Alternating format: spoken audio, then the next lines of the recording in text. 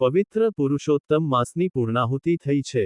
સમગ્ર અધિક માસ દરમિયાન ભાવિકોએ વ્રત, એકટાણા, જપ તપ, પૂજન અર્ચન સાથે પ્રભુ ભક્તિ કરી હતી। સુરેન્દ્રનગર મોચી સમાજની વાડી ખાતે પુરુષોત્તમ માસની પૂર્ણાહુતિ અને સોમવતી અમાસ નિમિત્તે ચાંદ્રણ વ્રત, અખંડ અગિયારસ, ધર્મરાજા, સૂર્યનારાયણ સહિત દરેક વ્રતના ઉજવણાનો ધાર્મિક કાર્યક્રમ યોજાયો હતો। સોમવતી અમાસના પાવન દિવસે મોચી સમાજના કુલગોર શ્રી રાજેન્દ્રભાઈ પંડ્યા અને જતીનભાઈ પંડ્યા દ્વારા શાસ્ત્રોક્ત વિધિ સાથે વ્રતના ઉજવણા કરાવ્યા હતા। મોચી સમાજના ભાઈ બહેનોએ દર્શન, પૂજનનો લાભ લઈ ધન્યતા અનુભવી હતી। પુરુષોત્તમ માસનું ઉજવણું મોચી સમાજ જ્ઞાતિની વાડીમાં સોમવતી અમાસને દિવસે રાખેલ હતું।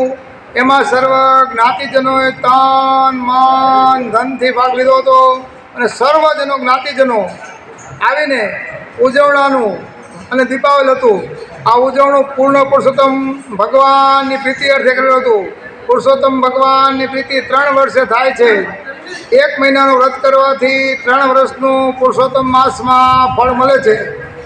પુરુષોત્તમ માસ વ્રત ઉજવણા, અખંડ અગિયારસ, ધર્મરાજા, સૂર્યનારાયણ, સોમવતી અમાસના દિવસે મોચી સમાજની જ્ઞાતિની વાડીમાં શાસ્ત્રી શ્રી જતીનભાઈ તથા રાજેન્દ્રભાઈ પંડ્યાએ આ ઉજવણાની વ્રતથી કરેલ છે।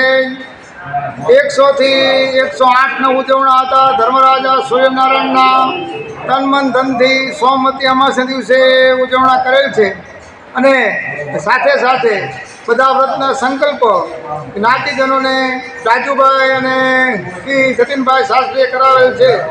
શ્રી ગણેશાયનો બોલો, કૃષ્ણ કનૈયા